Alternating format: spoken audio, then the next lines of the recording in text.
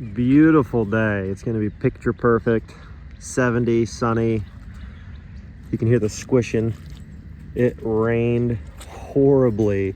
Maybe rephrase that, beautifully, for 2 days straight. I just got done planting about 14 acres of corn, soybeans, in a corn soybean mix. Super excited. Anyways, guys, what is going on? It's been a long time since my previous video. Had a great season. It ended up to be a great season towards the end. I was kind of sweating bullets there for a minute. I'm like, man, I'm like into December. I haven't tagged a buck yet. You know, like it was getting down to the wire where, you know, I was getting a little bit desperate. I'm thinking this might not end the way I thought it was going to end. And then, you know, at the last minute there, I ended up getting a nice one in New York and then a nice one in Ohio. So, but anyways, guys, I moved from Ohio to Indiana. I sold my Ohio property. So here we are. We're back in Indiana. We're at my dad's property here currently. And this is going to be my summer of 2025 project, which is taking this farm from decent habitat, decent hunting, to great habitat and great hunting. And I genuinely believe this property is going to take a 180 just in one season. And I think it's going to do even better within the next 2 seasons. And so there's a lot of changes happening to this property. I can make a whole video as to why I moved back from Ohio if you guys really want, but I don't think it's overly important. Maybe you guys see that differently, but it wasn't due to lack of hunting or quality of deer or anything like that. It was other reasons that we just felt this was the better location for us at the time. We thought Ohio was going to meet certain expectations in other areas of our life, and it just didn't meet them the way that we thought it would. And so here we are back. We are taking this property and doing a huge, you know, overview of it, analyzing everything that needs to be changed to meet the goals that we want, and we're changing it. And I talked to my dad about this because the last few years he's kind of changed his tune on hunting. Like in the beginning, he was super diehard. He got really busy with a lot of other business stuff in life, and so he liked to hunt, but it wasn't like, God, I've got to hunt, you know. Like there was a span of probably 4 or 5 years where if he went out 6 times the entire season, you know, maybe for some people that's totally normal, that's all they ever hunt, but for him that was unusual. And it was kind of, yeah, he just wasn't really into it. He hadn't killed a buck in years and years and years, and he just wasn't really like itching to get out much. Recently, in the last couple seasons, he's really taken another, like a total turn, and he's kind of gone back to like, I actually want to kill nice bucks. I actually want to hunt a lot. I want to get out and I want to have fun. I want to enjoy my property. I want to go out. I want to travel. I want to do other hunts and stuff. And so I told him, I'm like, listen, you know, in the beginning, I didn't know any better. You didn't know any better. None of us knew any better about this property and what it really needs. But I'm like, but we know now. Like, we know now what it needs. We know what we should do overall. And if we want to make the changes, I can go all in. I'll be right there. We'll get everything done. You know, he's got a lot of other things on his plate, but I'm like, I am obsessed with this stuff. Like, I will take it upon myself to try to meet all of your needs in terms of like what the property needs done to produce what he's wanting in terms of quality of deer hunting. And so he's like, dude, if you want to do it, let's do it. I'm in. Let's do a 180 on this thing. So here we are. And like I said, put in 14 acres of standing grain. There's going to be another, I want to say 4 or 5 acres of standing beans going in, but those beans we're going to plant late into June, maybe even early July, depending on weather conditions and stuff, but to get some late season beans in as well, so we have that super highly attractive early season food. We're going to be putting in about 10% of the food that we're going to put in on the property is going to be turnip bean mix that I do super late, which is like middle of August or early September. And that's going to be, it's amazing.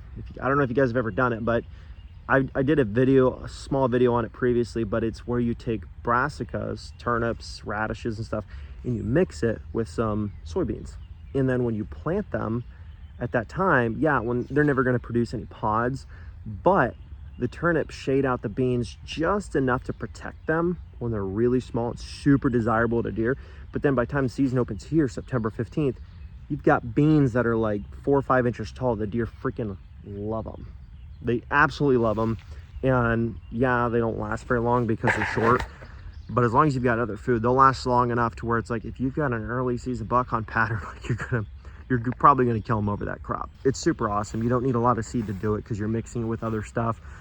But everything's changing. Screens are going around all the fields to block out all of the human presence from all the neighbors. There's a guy that hunts next door. Hunt all you want, but we're screening off the entire freaking field because the last 2 years my dad finally decided, you know what, I'm actually gonna see what happens if I leave a little bit of a crop stand. The first year he did it, he killed the only mature buck he's ever shot here on the property. Was the first year he left bean stand, and that year was dynamite. They had a great season. The following year he still left some bean stand, but it didn't do any good because EHD hit our area pretty bad, which it's never hit it that bad. Like in the last 10 years it's probably hit once to where it was like, oh wow, that's noticeable, but that was like right before he had first bought this property, so we don't really know what effect it had on this specific spot. But I just know the area in general got hit. And then last year was pretty bad. Like I have a buddy who lives just a few minutes away, and all of his bucks but one disappeared, like just vanished. All of his buddies' bucks disappeared.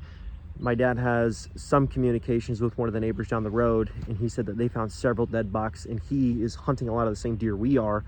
And so it just wasn't good. Actually, no, not yesterday, 2 days ago, when I was planting some switchgrass along the river, I hadn't walked the river since that hit because I didn't live here, you know, so I wasn't here all the time. And I found 3 skeletons. Now they were all does, but still, I mean, if 3 does die that were, you know, with a couple of fawns apiece that now don't have any kind of protection and they're too small to defend themselves, the fawns get eaten. I mean, it's just an all around, it's a bad situation when that stuff hits, because it's just a chain reaction of just like all the deer in the area can get literally almost wiped out to where you're left with 20% of the population. And that's a lot to have to rebuild off of. So the property is undergoing that as well on top of all these changes, but we want to make sure that as those populations rebound and bucks are reclaiming home ranges and stuff like that, young bucks too, this property is ready so when deer come through here all throughout the summer or early into the fall or late season, no matter what time of the phase the deer are moving through the property, it ticks every single box of what those deer need to try to hold them close. So we had to expand food, expand bedding, increase screens to reduce presence and pressure, change all of our access, because like ordinarily we would cut across this field to get in this blind. It's like, we can't do that now. The whole field is going to be screened off, and we're going to take the long way around the property, along the neighbor's field edge, all the way up into this blind. And it's going to be specific to certain winds. We're going to be putting another one on the other side of the field for alternate winds where we don't have an option to hunt this side. Like, everything is being thought out. We're no longer using the access trails that cut in through the woods and spook deer off bedding. It's like, can't do that. Like, that's changing. We put in a new access bridge on the far side of the property so we can access the back half of the property without having to cut through here and spook deer. So everything's changing on this property, and we're going to see if it can go from not great to like exceptional hunting within the first season. But after explaining what I just did with the whole EHD outbreak and stuff like that, it's going to be a little bit challenging, because not only has the property not had this much food, bedding, cover, screening, and everything transformed in one season like it is, I am legitimately transforming about 30 acres, 25 to 30 acres of this property from being completely different than it's been for the last 10 years. So it's a lot. It's a lot to undergo in one summer, but I think we can do it. And I think it's going to make a huge impact right away. Like, for example, this water hole. This water hole was never here. It's at 25 yards from that blind now.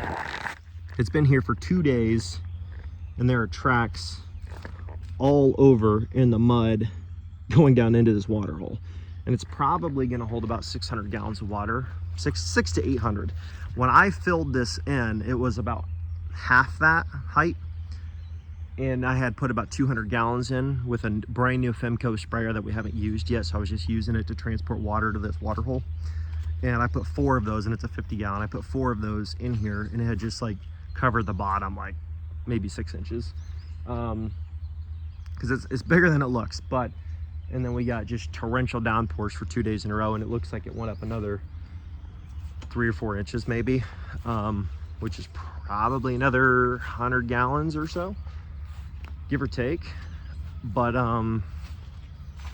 yeah, I mean, I think it's going to do great. And these are all just the small things that they make a difference. Like it's the difference between a buck going out to a neighbor's field in September and just staying out there, or him popping out for a minute and then running over to grab water, and then, you know, my dad getting a crack at it instead of somebody else.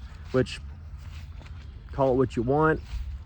I mean, it's all about strategy, you know, and then they have just as much ability to do this stuff as we do. They have all the same types of equipment, all the same types of everything else. So it's like, you know, you're just using the tools you got, and if you do it better, that's the name of the game. I mean, somebody's going to kill that deer, or something is going to kill that deer.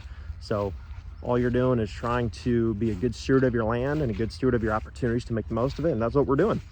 But anyways, moral of the story, we're gonna have a busy summer. It's already been busy the last week and a half. I've been working on all this stuff, and just a lot of changes. And going forward, we're gonna dive into strategies, you know, purpose and reason for certain changes, certain things we're implementing, and it's gonna be a wild ride. And leading into this season, hopefully we can get some great footage of just how much better it is. And I really genuinely wish we would have done more filming in years past to kind of illustrate just how poor the hunting's been. It's been decent. Like, a lot of people would probably think like, oh, that's good hunting. You saw deer this year? Oh yeah, you killed a deer too this year? Oh dude, that's a good season. But it's like, when you're paying for this much ground and you know there's more potential, and you know you're not hitting the mark, and you know there's more to be had, and you just got to do things a little different. That's what I'm talking about. It's like, are you actually expressing the property's fullest potential, or are you just kind of like scratching the surface? And I think we've just been kind of scratching the surface and not really diving in. And I think we're finally going to see what this property can really do. And I think we might be blown away with just how much better it really could be. There's also a couple new shooter shacks. This one is the absolute dream shooting shack. It's huge. We're not going to do a tour of it today, but if you guys would want to see a tour on this bad boy, it is something to admire. It's pretty freaking awesome. There used to be, this is what the setup used to be. A couple of really cheap tree stands to an absolutely gorgeous shooter shack. But last year he never even got to use it because he only went out here like twice because the disease that came through was so bad that he didn't really have any deer to hunt. But over here I've got a bunch of corn and beans planted. The far side is straight corn, no bean mix, and then this section here that's closest, it's probably 3/4 of an acre, I would guess, if you look at the actual size of it. That is corn and soybean mix. It's actually a Tony LaPratt mix of high oil corn and soybean. And then this portion out here is going to be a combination of a few things. The first thing is going to be late planted soybeans. So we're talking like late June, early July, somewhere in there. We're going to plant Eagle seed forward soybeans in here, and they're going to be planted all the way through here. And then not only that, out this way, I'm going to have a small brassica turnip plot right through there, and I'm going to have it connect through close to this water hole, kind of make a small plot around the water hole, and then it's going to come down here in front of this with a strip of it as well. And then there's going to be a strip that goes across the field and kind of hooks around to that shady spot over there where we have another tree stand for, you know, different winds and stuff, where this side might not be as good for more archery season. But this thing is freaking airtight and everything else. It's got all the, you know, every crack and everything is sealed, and I mean, it's pretty nice. Still got to be mindful of the wind direction because of accessing and everything else. You don't want to blow all your deer out on your way in and then be like, oh, I'm airtight now that I'm in the blind. It's like, okay, that will help, but you still have to be mindful of your in and out strategy with the wind. But that water hole, I did start working on it, and I got it like halfway dug, and then we had a horrible storm on the way in, and so then yeah, it filled in the first night, and it's probably 150 gallon, but it was supposed to be a lot bigger than that. So we're still gonna have to improve that once this field dries up and it's not so wet, so I don't tear everything up. But This spot is going to be absolutely awesome. Super excited for it, and I will keep you guys in the loop on how the progress goes for this once we get to it. That is going to be it for this video. Again, just wanted to mostly update you with I moved, sold the Ohio property, moved back to Indiana, and I'm starting to undergo a massive project, and I'm going to update you guys along the way. I got a little bit of a late start with the videos because I was so focused on trying to get those corn and beans in before all this rain, because now if I would have waited till now, there would have been no way for me to get in the field for another week or two because it's so wet and we get a lot of rain in the forecast. Now that everything's planted, you know, all the stuff that needed to be planted on time and earlier in the season is in, and all the late season stuff shouldn't be that big of a deal, and we're going to go through that stuff piece by piece, because the later season planted stuff is going to be the main key things that are going to make the absolute biggest difference. Like screens and all that stuff, that's going to really establish access and getting in and out clean and all that stuff. So super excited about that. Hopefully you guys are as well. And if you guys enjoyed the video, smash that thumbs up, comment down below. Let me know if you're new. Again, if you want a tour of the shooter shack, maybe I can get my dad out here and have him go through this, because it's pretty awesome. It's pretty much like an office, an apartment studio.